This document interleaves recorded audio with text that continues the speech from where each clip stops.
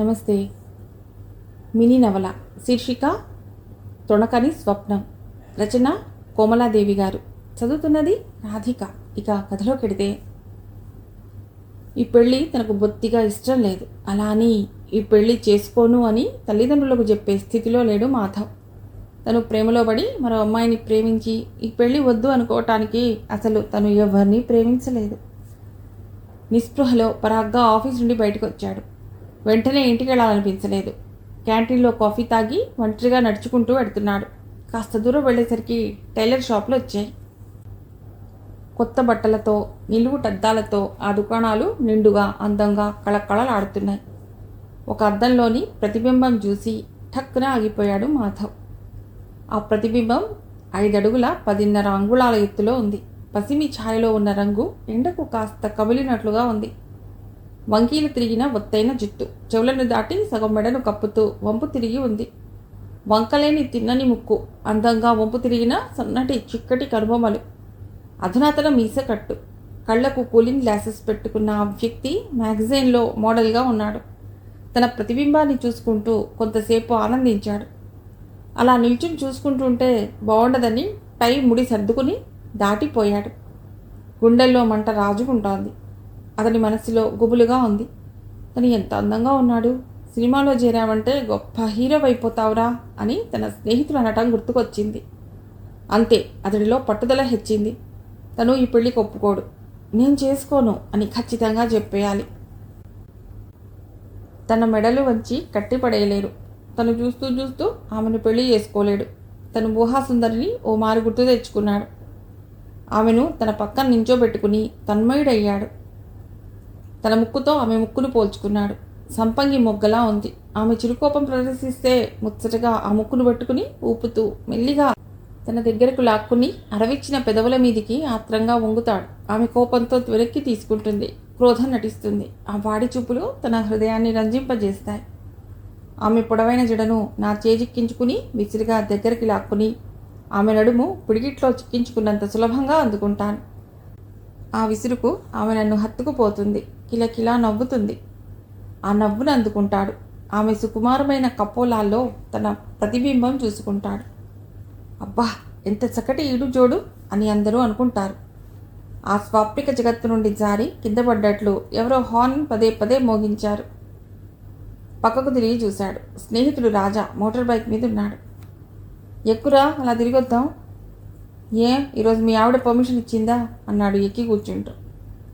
వాళ్ళ ఫ్రెండ్ కొడుకు పుట్టినరోజు రేపు. కేక్ చేయటానికి సహాయంగా వెళ్ళింది కనుక నువ్వు ఫ్రీగా ఉన్నావు అన్నమాట మాధవ్ అన్నాడు. ఈ ఫ్రీడమ్ ఎలాంటిదంటే పెళ్ళైతే కానీ దీని విలువ నీకు తెలియదు అన్నట్లు నీ పెళ్ళి సెటిల్ అయినట్లేనా అని మా వాళ్ళు అనుకుంటున్నారు. కానీ నేను వద్దు అనబోతున్నాను. వాట్? పద, ఎక్కడైనా కూర్చుందా. నిర్మానుష్యమైన చోటికి వెళ్ళాలంటే మహానగరాల్లో వీలు పడదు. అందుకని ఒక కూల్ డ్రింక్ షాప్ దగ్గర ఆగారు. డ్రింక్ తీసుకుని ఒక చోట కూర్చున్నారు.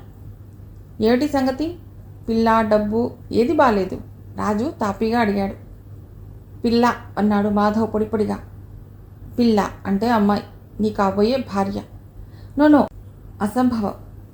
తమాషా చేయి, నిజం చెప్పు. నిజం. మరి డబ్బు? మా కష్టాలు గట్టెక్కుతాయట. ఇదే న్యాయం రాజు. నన్ను నించున్న పళంగా 7 బావుల లోతున్న నూతిలోకి తోసివేసి వాళ్ళంతా గట్టెక్కుతారట. నేను సహించలేకపోతున్నానరా. ఏం చేయాలో తోచదు. నీ దృష్టిలో మరో అమ్మాయిందా? ఆత్రంగా అడిగాడు. లేదు. ప్రేమించడానికి టైం ఏది? స్టూడెంట్ డేస్లో ఎవరినైనా వెంటేసుకుని తిరగటానికి డబ్బేది? కనీసం పిక్చర్కు తీసుకువెళ్లాలన్న ధైర్యం చాలేది కాదు. నీకు తెలుసుగా, అతి మామూలు గుడ్డతో కాలేజీ చదువు వెలగబెట్టాను. డబ్బు లేదని నేనే ఈ ప్రేమాయణం. అది సరే కానీ ఆ అమ్మాయి ఎంత బాగుండదా? ఏం చెప్పను, నాకు నచ్చలేదు. నీ పక్కన దిష్టిబొమ్మలా ఉంటుందా? ఉంటుంది. నోనో, నువ్వు హాస్యానికి అంటున్నావు. మన నవలల్లో, మన సినిమాల్లో ఐశ్వర్యవంతుల బిడ్డ అత్యంత రూపవతిగా ఉండాలి. అరే, ఇది ఏప్రిల్ 1 కాదు. నీవు నమ్మవు. అంతా నిజమే చెప్తున్నాను రా. నేను వచ్చి చూసేదా? వద్దు, మర్యాదగా ఉండదు. ఫోటో ఉందా? లేదు. ఇదే ఊరా? నిన్ను చూస్తే జాలేస్తోంది. కానీ నువ్వు తల వంచకూడదు. ఇది ఒక్కనాటి ముచ్చట కాదు. కళ్ళు మూసుకుని అబ్బా తాళి కట్టేశాను ఇక పర్వాలేదు అని అనుకునే పరిస్థితి కాదు. అనుక్షణం ఈ బంధం బలపడుతూ ఉంటుంది. నువ్వు వదిలించుకోవాలన్నా వదిలించుకోలేవు.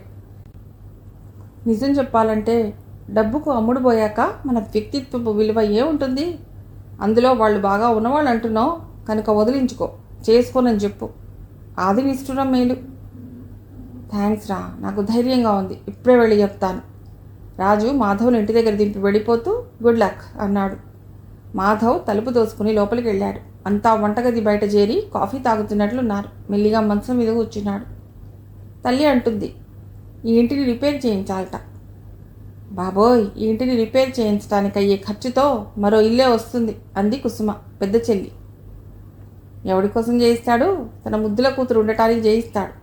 ఆ చక్కనమ్మకు ఈ డొక్కు ఇల్లు పనికిరాదుగా. చక్కగా మోడర్న్గా చేయించని హాయిగా ఉందాం. తమ్ముడు కేశవ్ గలగలా నవ్వుతూ అన్నాడు. కట్నం డబ్బుతోనే ఈ ఇంటి రిపేర్ డబ్బు కూడా ఉందా? లేక వేరుగా ఇస్తాడా? చిన్న చెల్లి సుమలత అంది. తండ్రి కంఠంలో ఏనాడూ వినబడిని గర్వం ధ్వనించింది. దానికి దీనికి పొత్తు లేదు, దేనికదే అన్నాను. మీ అమ్మాయికి అనుకూలంగా వైభోగంగా ఉండేటట్లు చేయిస్తాను, కానీ అదంతా మీరే చూసుకోవాలి అని ఖచ్చితంగా చెప్పాను. ఏం చేస్తాడు? సరేనండి అన్నాడు. సరేనండి బావగారు, అలాగే ఇస్తాను. కేశవ్ మిమిక్రీ చేసి చెప్తుంటే అంతా గొల్లున నవ్వారు. అన్నట్లు కుసుమకు చూసిన సంబంధం ఏమైంది? తల్లి ఆత్రంగా అడిగింది భర్తను. కుసుమకు నచ్చలేదుట, వద్దని రాసేయాలి. మాధవ్ చకితుడయ్యాడు. టెలిఫోన్ ఆపరేటర్గా ఉద్యోగం చేస్తున్నాడు. చూడటానికి బాగానే ఉంటాడు. హైదరాబాద్లో సొంత ఇల్లు కూడా ఉంది. అందరిలోకి చిన్నవాడు. అందరికీ పెళ్ళి అయిపోయింది. 5,000 మాత్రం అడిగారు. దాదాపు ఒప్పుకున్నట్లే అనుకున్నారు. ఇప్పుడు ఈ విధంగా అంటున్నారేమిటి?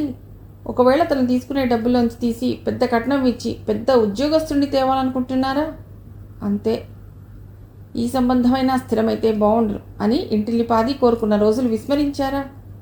ఈ పెళ్లికి తను అంగీకరించి వీళ్లను ఉద్ధరిస్తున్నాడా, లేక వారిని అత్యంత ఆశకు లోను చేస్తున్నాడా? అమ్మా, పెళ్లికి నాకు ఎరుపు రంగు పట్టు పరికిణి కావాలి. దాన్ని మ్యాచింగ్గా ఎర్రరాళ్ల ముత్యాల నెక్లెస్ కావాలి. సుమలత గారాలు పోతూ తల్లిని అడిగింది. సరేలేవే, ఇప్పుడెందుకు, నీ పెళ్ళికి కొంటాను అందామె. అప్పుడు కూడా పరికిణీయే కట్టుకోనా అంది కిసుక్కున నవ్వి. అంతా గలగలా నవ్వేశారు. వాళ్ళు అన్నయ్య కారిస్తారు, నువ్వు నాకు స్కూటర్ ఇవ్వు చాలు. కేశవ్ తన కోరిక వెలిబుచ్చాడు. అలాగే 8,000 తండ్రి గోపాలరావు లెక్కలేనట్లు అంటూ ఉంటే మాధవ్ ఇంకా ఆశ్చర్యపోయాడు. అవును, లేమిలో వద్దు లేదు చాలదు సర్దుకో అన్న మాటల మధ్య పెంచిన తండ్రి ఈసారి హాయిగా అట్లాగే అనటంలో ఎంత ఆనందం ఉందో. పిల్లల కోరిక తీర్చడానికి ఈ తండ్రి ఎంతగా శ్రమించాడు. ఈనాడు దర్జాగా ప్రవర్తిస్తుంటే మాధవ్కు తన త్యాగంలోని గొప్పతనం అర్థమైంది. పెద్ద ఉద్యోగస్తుడు, పట్టు పరికిణి, నెక్లెస్, స్కూటర్. అసలు ఇలాంటి మాటలు ఆ గృహంలో నిషేధింపబడినట్లు వినబడేవి కావు. నాన్నా, నువ్వు చాలా మంచివాడివి, కేశవ్ పట్టరాని ఆనందంతో అన్నాడు. నా మంచితనం కాదురా, మాధవ్ మంచితనమే మనందరి కోసం ఈ పెళ్లికి ఒప్పుకున్నాడు. అతడికన్నా మనం 5గురం ఈ పెళ్లి వల్ల లాభం పొందా. మాధవ్ను ఇలాంటి సంబంధం తెచ్చి బంధించడం నాకు ఇష్టం లేదు, కానీ నేను చేతకాని వాడినైపోయాను. మరో మార్గం లేదు. తండ్రి మాటల్లోని ఆర్ద్రతకు అతడి హృదయం ద్రవించిపోయింది. అందరూ తనను తెగ మెచ్చుకోవటం లేదేమి? మిగతా అంతా ఊరుకున్నారే? అవును, నాకు ఇష్టం లేదు, కానీ ఏం చేయలేని స్థితిలో ఉన్నాం. ఆ మందుల కంపెనీ వాళ్ళిచ్చే జీతాన్ని, మన స్థితిగతులను చూసి బోరెడు కట్నం ఇస్తామని మరొకరు రారు. అన్నయ్య అందాన్ని చూసి రావచ్చుగా. టీనేజర్ అనిపించుకుంది సుమలత. అంతా నవ్వారు. అదంతా కళ్ళల్లో, పుస్తకాల్లో, సినిమాల్లో. నిజ జీవితంలో అందమైన డబ్బున్న అమ్మాయికి డబ్బున్న అందమైన అబ్బాయి కావాలి, తండ్రి అన్నాడు. త్యాగం త్యాగం అంటున్నారు, బోలెడు డబ్బు అనుభవించేది 90% అన్నయ్యేగా. సుమలత మళ్ళీ చిన్నపిల్లలా ప్రశ్నించింది. ఇప్పుడు ఇవన్నీ నీకెందుకమ్మా? ఇకపై ఈ ఇంట్లో ఏ శుభకార్యం జరిగినా ఆనందంగా హృదయం నిండుగా నవ్వినా తన వెనుక అన్నయ్య ఉన్నాడని జ్ఞాపకం పెట్టుకోవాలి. మాధవ్ చటుకుల లేచి అప్పుడే వచ్చినట్లు నటించాడు. తను వద్దు, నాకు ఈ పెళ్ళి ఇష్టం లేదు అని గట్టిగా చెప్పాలనుకున్నాడు. కానీ తను బంధితుడు. ఈ అనుబంధాలన్నీ తనను బంధించి వేశాయి. ఒక్క అడుగు తానుగా వేయలేడు. అమ్మా అని కేకేస్తూ మంచం మీద కూర్చున్నాడు.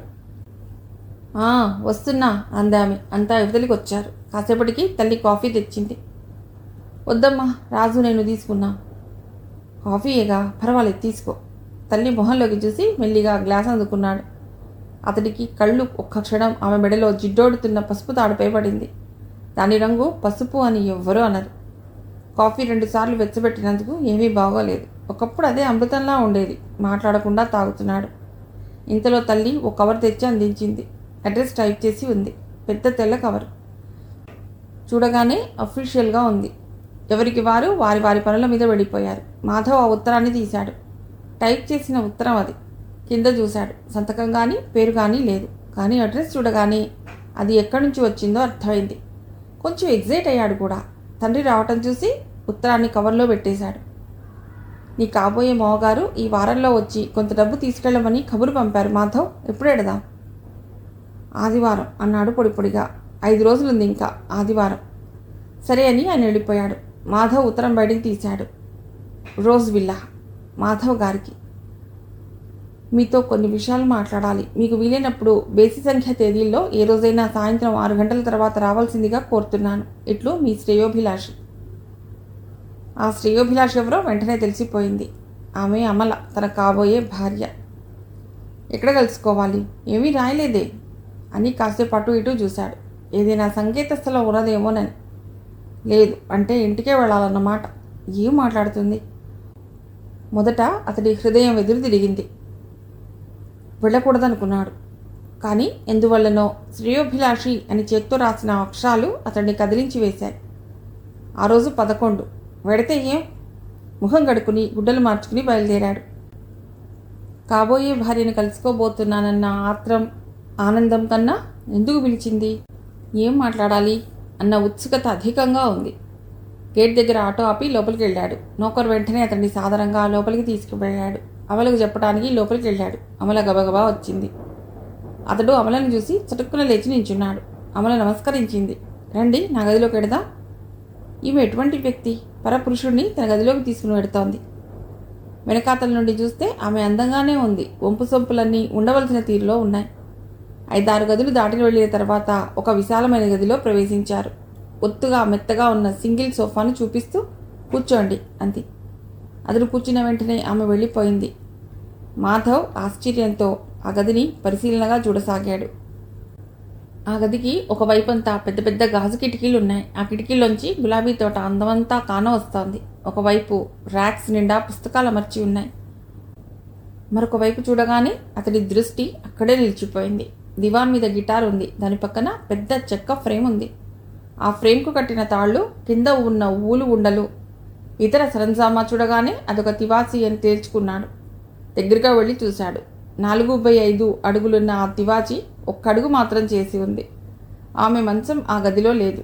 లైట్ వేసుకోండి అమల అనటంతో అతడు వెనక్కి తిరిగి చూడలేదు. తివాసి ఫ్రేమ్ పక్కగా ఉన్న స్విచ్ నొక్కాడు. చూరు నుండి వేలాడుతున్న లైట్లు వెలిగాయి. నా హాబీ అందామె. ఆ పక్క గ్రాఫ్ పేపర్లో ఉన్న డిజైన్ దీని మీదికి రావాలి. మాధవ్ ఆ డిజైన్ చూశాడు. అది ట్రెడిషనల్ డిజైన్. లతలు, పువ్వులు, మొగ్గలు ఉన్న డిజైన్ అది. అతడు దాన్ని చూస్తూ అక్కడే ఉండిపోతాడేమో అని, రండి తీసుకోండి అంది. మాధవ్ వెనక్కి తిరిగి వచ్చి సోఫాలో కూర్చున్నాడు. పనిపిల్ల ట్రే అక్కడ పెట్టి వెళ్ళిపోయింది. చల్లటి పళ్ళరసం, వేయించిన జీడిపప్పు అతడికి దగ్గరగా ఉన్న టీపాయ్ మీద తనే పెట్టింది. తాను ఒక గ్లాస్ తీసుకుంది. ఈరోజు మీరు వస్తారనుకోలేదు. భోజనానికి ఉంటారా? అమ్మ ఎదురు చూస్తూ ఉంటుంది. వద్దు అన్నాడు. అమల మాట్లాడలేదు. అతడు సంభాషణ ప్రారంభించాలని ఎదురు చూస్తోంది. కానీ మాధవ్ ఆ ప్రయత్నం చేయలేదు. నా ఉత్తరం అందిందనుకుంటాను. రాగానే అమ్మ ఇచ్చింది. ఎందుకు రమ్మని రాశారు? నిన్న మీ నాన్నగారు వచ్చి చెప్పారు, ఈ పెళ్ళి మీకు అంగీకారమేనని. నిజంగా మీరు అంగీకరించారా? ఆమె అతడికేసి సీరియస్గా చూసింది. మాధవ్కి ఇబ్బందిగా ఉంది. ఒక జీడిపప్పు నోట్లో వేసుకున్నాడు. తనకు సమయం కావాలి.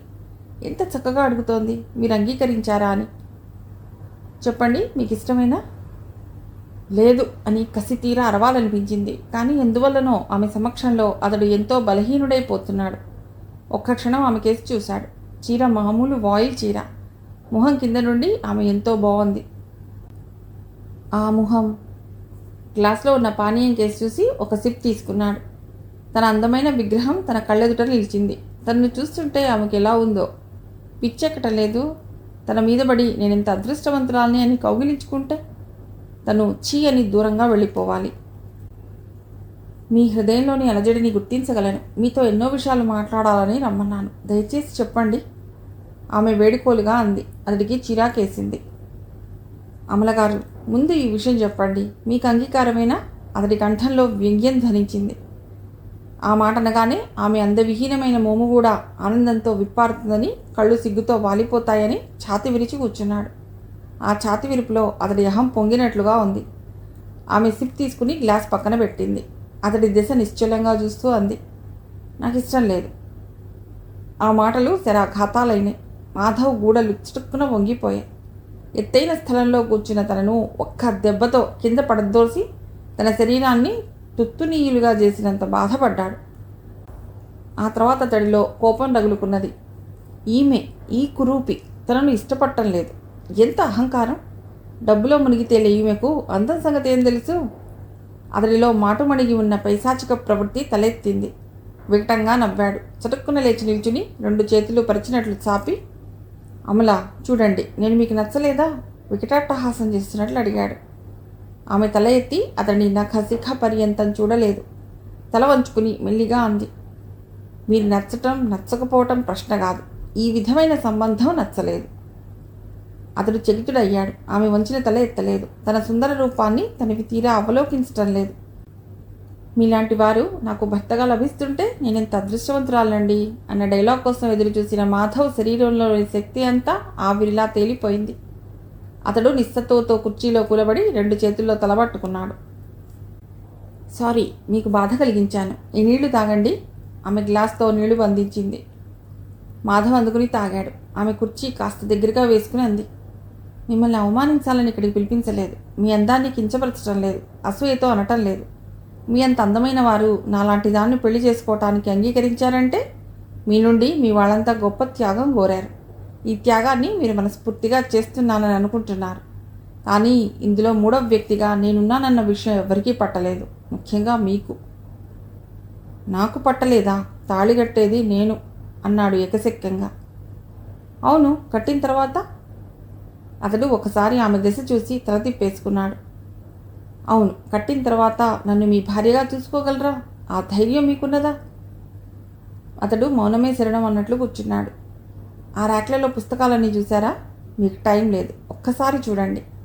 అన్నీ హయ్యర్ మ్యాథమెటిక్స్కు సంబంధించిన పుస్తకాలే. అవన్నీ నా పుస్తకాలు.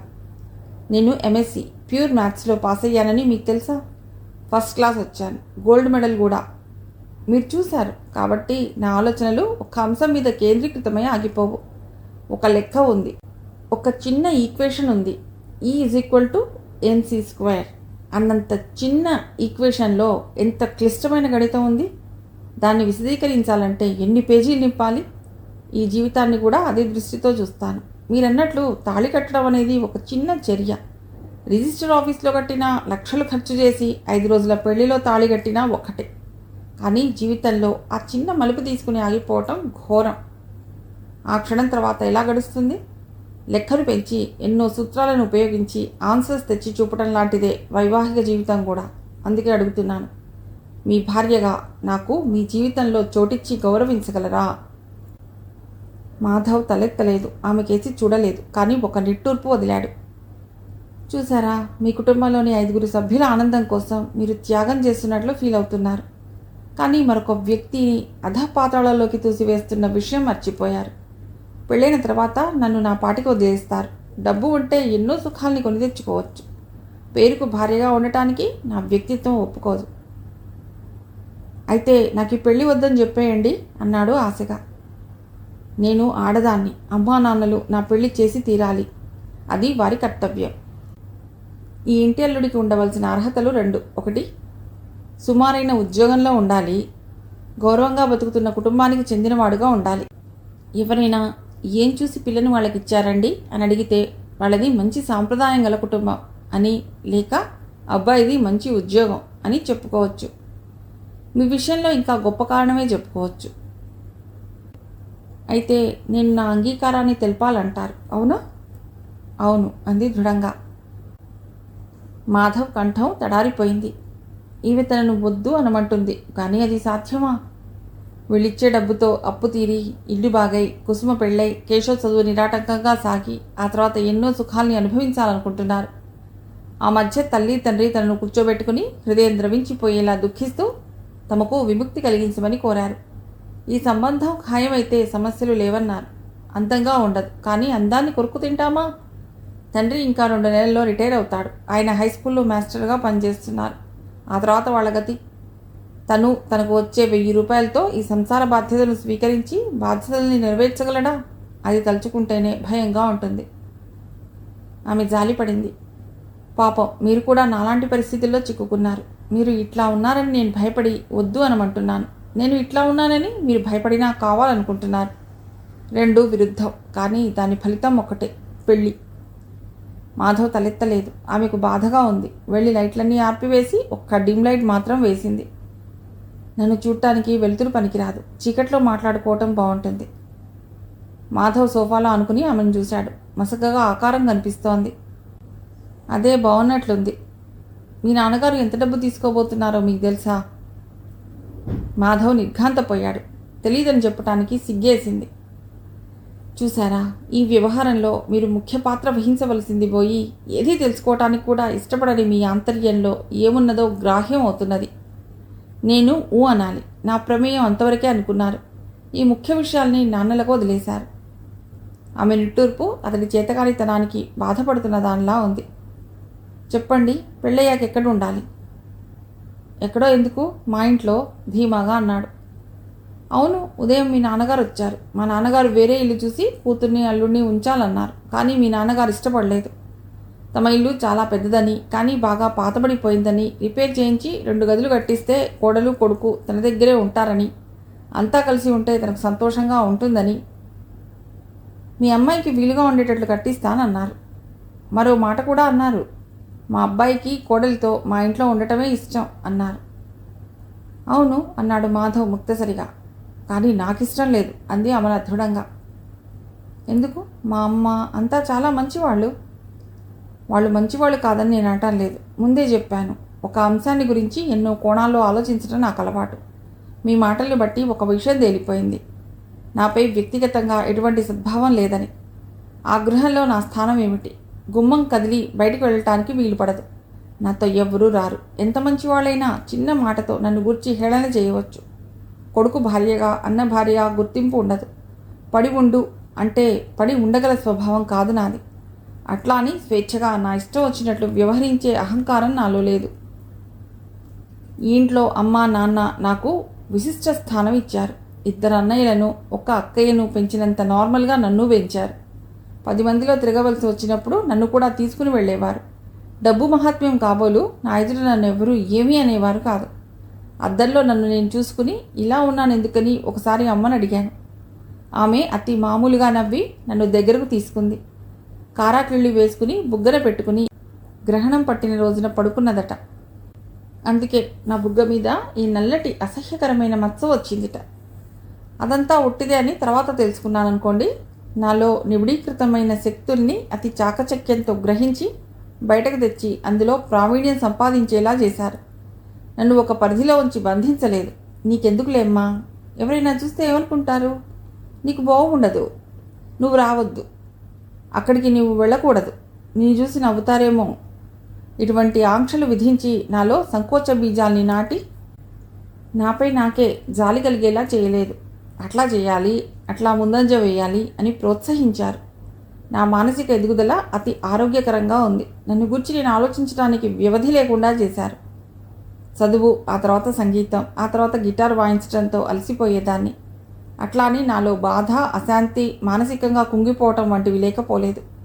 నేను అతి మామూలు స్త్రీని. ఒక్కో సంవత్సరం గడిచే కొద్దీ నా పరిస్థితిని అర్థం చేసుకుని తగు రీతి ఆలోచించగల మానసిక ప్రవృత్తిని అలవర్చుకున్నాను. వికలాంగుల కన్నా అదృష్టవంతురాల్ని. భగవంతుడు నన్ను ఈ అమ్మా నాన్నల చేతిలో పెట్టాడు. ఇప్పుడు చెప్పండి, నన్ను తీసుకుని వెళ్ళి మీ ఇంట్లో పెట్టేసి అంతటితో మీ బాధ్యత తీరిపోయినట్లు వ్యవహరిస్తే నేను భరించగలనా? మాధవ్ మాట్లాడలేదు. అమల అతి మెల్లిగా అడిగింది, అసలు మీరు వింటున్నారా? వింటున్నాను. మీరు చాలా దూరం ఆలోచిస్తున్నారు. అవును, మీరు ఆలోచించలేదు. తాళి కట్టడం తర్వాత పులి స్టాప్ పెట్టారు. ఆ తర్వాత నన్ను మీ ఇంటికి తీసుకువెళ్ళాక పులి స్టాప్ పెట్టారు. అంటే ఆ తర్వాత నా విషయంలో బాధ్యత తీసుకోవటం కానీ జోక్యం కలిగించుకోవటం కానీ ఏదీ చేయరన్నమాట. మీరు పొరబడుతున్నారు. ఉమ్మడి కుటుంబంలో అమ్మా నాన్నల ఇష్టానికి ప్రాధాన్యతనివ్వాలి. వారి మాట వినాలి. నేను వారికి విధేయుడినై ఉండాలి. నా బాధ్యత వారిదే గనుక మీ బాధ్యత వారు స్వీకరిస్తారు. అవును, సాధారణ కుటుంబాల్లో ఇలాగే జరుగుతుంది. మా అక్కయ్య బాధ్యత అంతా వాళ్ళ అత్తమామగార్లదే. వాళ్లకు అక్క అంటే ఎంతో ఇష్టం, ప్రేమతో చూసుకుంటారు. అట్లా అని మా బావ అక్కయ్య పూచి తనది కానట్లుండరే. ఆమె తన స్వంతం అనుకోవడమే కాకుండా ఆమె సలహాలు తీసుకుంటారు. వాళ్లకు కూడా ఎన్నో సమస్యలు ఉంటాయి. ఆమె మాట్లాడే తీరు అతడి ఆలోచనలకు పదును పెట్టింది. ఎంత సున్నితంగా చెప్తోంది. తనకు తెలుసు వాళ్ళ బావగారు వాళ్లకు చాలా పెద్ద ఆటో వర్క్షాప్ ఉన్నది. కొన్ని స్పేర్ పార్ట్స్లను విదేశాల నుండి దిగుమతి చేసుకోవటానికి లైసెన్స్ ఉంది.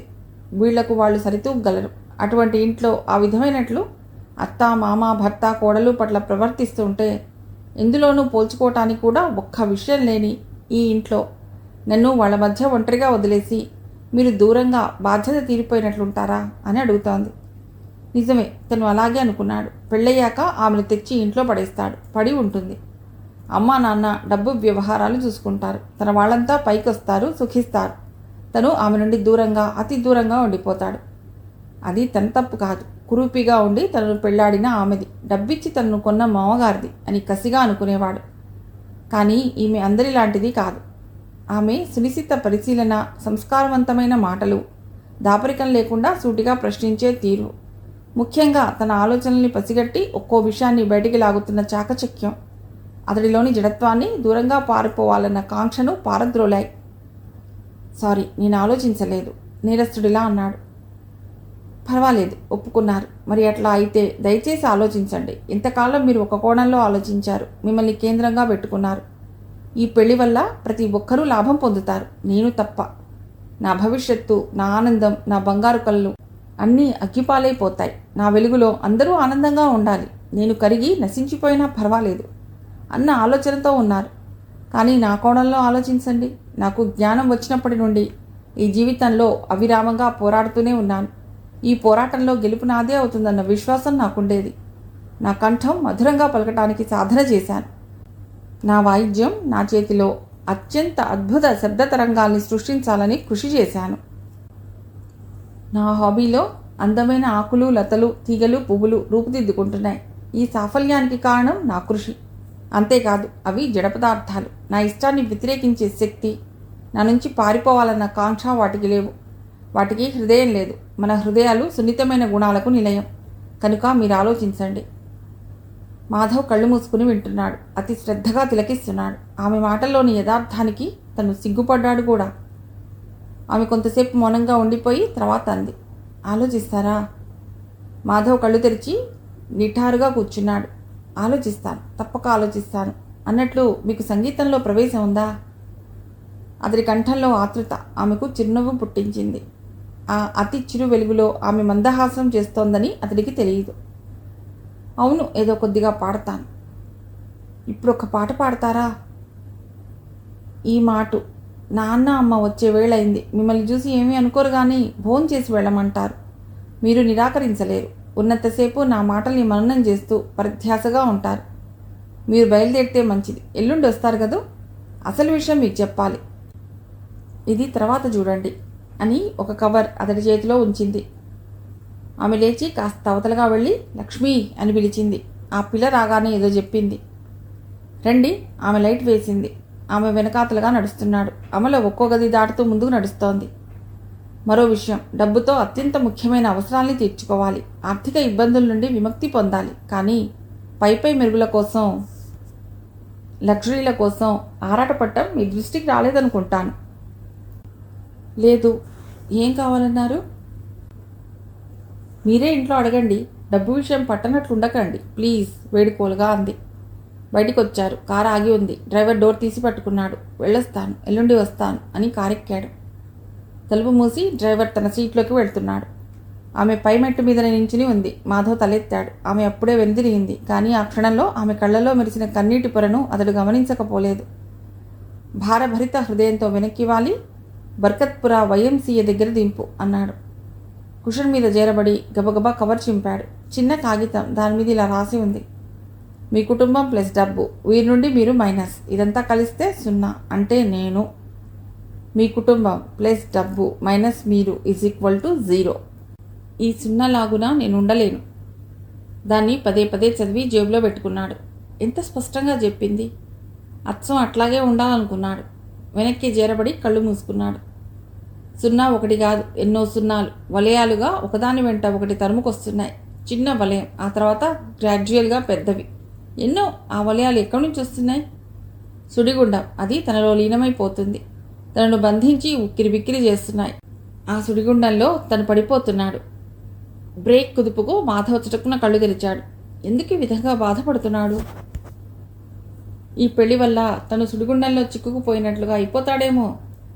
ఆమెను తను లెక్క చేయడు. అందుకని మిగతా వారు నిర్లక్ష్యం చేస్తారు. డబ్బు వాళ్ళ చేతిలో ఉంటుంది. తను కూడా 0 లాగాన అయిపోతాడు. ఒకనాడు ఈ త్యాగానికి విలువ ఉండదు. తనకు ఏదీ మిగలదు. తను ఒక అనామకుడుగా మిగిలిపోతాడు. ఆహా, అట్లా కాకూడదు. తను పార్టీగా ఇకపై ఉండకూడదు. ఈ పెళ్లి ఏ పరిస్థితుల్లోనూ తప్పిపోనప్పుడు దీనివల్ల తను ఆనందంగా సుఖంగా ఉండటానికి ప్రయత్నం చేయాలి. దీనికి కారకురాలైన ఆమెను శూన్యగృహంలో వదలకూడదు. తను ఎందుకిలా విరాగిలా తలంచాడు? మరో వ్యక్తిని తన భాగస్వామిగా 10 మంది ఎదుట స్వీకరించి ఆమెను తెచ్చి తన ఇంట్లో పడేయాలనుకున్నాడు. ఆమె చూడటం, సరదాగా తిరగటం, అసలు ఆమెను తన అర్ధాంగిగా ఏలుకోవటాన్ని ఏది కూడా క్రమపద్ధతిలో మామూలు మగవాడిగా తను ఆలోచించలేదు. చిన్న సంఘటన ఊహించుకున్నాడు. సినిమాకు వెడదాం అని చెల్లి అంటుంది. అంతా తయారవుతారు. నువ్వెందుకు? నువ్వు మాధవ్ వెళ్ళండి అంటుంది తల్లి. అన్నయ్య అసలు తీసుకువెళ్ళడు. వదిలితో వెళ్ళటం సిగ్గు అంటుంది చిన్న చెల్లి. నీకు సినిమా తక్కువైందా అంటాడు తను. ఎంత ఘోరం! అలాగే ఒకవేళ అమల చక్కటి చీర కట్టుకుంటే నీకు ఇది బాగోలేదు వదినా అంటే చాలదు. చందమామకు మచ్చ ఉన్నట్లు వదినకు మచ్చ. మచ్చ ఉన్న చందమామకు అందం ఉంది కానీ అంతా గొల్లున నవ్వుతారు. వాళ్ళంతా ఒకటైపోయారు. అమలను అందరికీ దూరంగా ఉంచేశారు. మరి తనను కూడా దూరంగా ఉంచేస్తారు. అది సహజం. తను అమల దూరంగా ఉన్నంత వరకు వారందరూ కోరినది పొందుతూ సుఖంగా సలక్షణంగా ఉంటారు. అమల తన మధ్య మమతానురాగాలకు చోటు ఉండనంతా మంచిదే అనుకుంటారా? తండ్రి మొన్న ఏమన్నాడు? డబ్బు తెచ్చినందుకు నీ మీద పెత్తనం చెలాయించకుండా చూస్తాను. డబ్బు మన చేతిలో ఉంటుంది. మన ఇష్టప్రకారం వాడుకుందాం. మన విషయాల్లో ఆమె జోక్యం కలిగించుకోకుండా చేస్తాను. నీకు కూడా ఈ బాధ్యతలు ఎందుకు? హాయిగా ఉండు అనలేదు. దాని అంతరార్థం బోధపడి బాధపడ్డాడు. అప్పుడు ఏం పట్టనట్లు సరే అన్నాడు మాధవ్. చౌరస్తా దగ్గర దింపి వెళ్ళిపోతూ డ్రైవర్ నమస్కరించాడు. అక్కడి నుంచి నడుచుకుంటూ ఇల్లు చేరాడు. తల్లి ఎప్పటి మాదిరిగానే అతని కోసం కనిపెట్టుకుని ఉంది. ఆమె అనవసరంగా ఏమీ ప్రశ్నించలేదు. ఇద్దరూ భోంచేసి యువతలకు వచ్చారు. ఆ రాత్రి చాలాసేపు ఆలోచిస్తూ పడుకున్నాడు. అమలు అడిగిన ఒక్కొక్క ప్రశ్నకు జవాబు వెతుక్కున్నాడు. ఆ రోజు రాత్రి ప్రథమంగా ఈ పెళ్లిని గురించి మరో దృష్టితో ఆలోచించాడు. ఆఖరుగా ఆమె హెచ్చరింపును మననం చేసుకున్నాడు. అందులో ఎంత యథార్థం ఉంది కనుక్కోవాలి అని నిశ్చయించుకున్నాడు. ఉదయాన్నే కాఫీ గ్లాస్ పుచ్చుకుని తండ్రి దగ్గరకు వెళ్ళాడు. నిన్న డబ్బు తెచ్చుకుందామంటే ఆదివారం పెడదాం అన్నాను. ఎంత ఇస్తున్నారేమిటి? ఎంతో లేదు. ప్రస్తుతం మీ ఇంటి రిపేర్ చేయించమన్నాడు. ఆ తర్వాత 2 గదులు కట్టిస్తారు. అదేలేండి. ఎంత ఇస్తారట? 60,000. అదెంతో చిన్న మొత్తంలా చెప్పేసరికి మాధవ్ నిర్ఘాంతపోయాడు. రిపేర్కు 60,000? 2 గదులకు ఇంకెంత ఇస్తారు? అసలు తనను ఎంతకు అమ్మేస్తున్నాడు తండ్రి? 60,000 అన్నాడు గ్లాస్ కింద పెట్టి. మరి ఈ ఇంటికి ఎంత పనుందో? తన హృదయంలోని అలజడిని కప్పివేస్తూ పక్కాల నవ్వాడు. ఈ ఇంటికి అంత రిపేర్ పని ఉన్నదన్న సంగతే నాకు తెలియదు అనగా తండ్రి కూడా హాయిగా నవ్వాడు. వాతావరణం సడలినట్లుగా ఉంది. ఇదే తగిన సమయం అని మళ్ళీ గ్లాస్ అందుకు ప్రశ్నించాడు. కుసుమం చేసుకుంటామని వాళ్ళు ఉత్తరం రాశారు కదా, మరి వెళ్ళారా? లేదు, ఆలోచిస్తున్నాను. తండ్రి నాంచుతూ జవాబు ఇవ్వటంలో ఏదో ఉందని పసిగట్టాడు. నిన్న సాయంత్రం జరిగిన సంభాషణ గుర్తుకొచ్చింది. వీళ్ళ ఉద్దేశాన్ని అమల ఊహించిందా? నా పెళ్లికి ముందు కుసుమ పెళ్లి చేయాలనుకున్నాం. గట్టిగానే అనుకున్నాం. ఇంకా ఆలోచించడం ఏమిటి? ఆ రోజు ఈ సంబంధమైన స్థిరపడితే బాగుండునని దేవుళ్లకు మొక్కుకున్న విషయం మర్చిపోయారా? కుసుమకు 25 ఏళ్లు దాటాయన్న సంగతి మర్చిపోయారా? కాస్త కటువుగా అన్నాడు. ఎన్నడూ లేంది ఆ రోజు గోపాలరావు కొడుకు దగ్గర మాట్లాడలేకపోయాడు. మెల్లిగా అన్నాడు. కుసుమకు నచ్చలేదుట. అసలు నచ్చలేదు, నచ్చింది అనటానికి స్తోమత ఉందా కుసుమకు? అట్లా అనగానే మీరు ఎట్లా ఊరుకున్నారు నాన్న?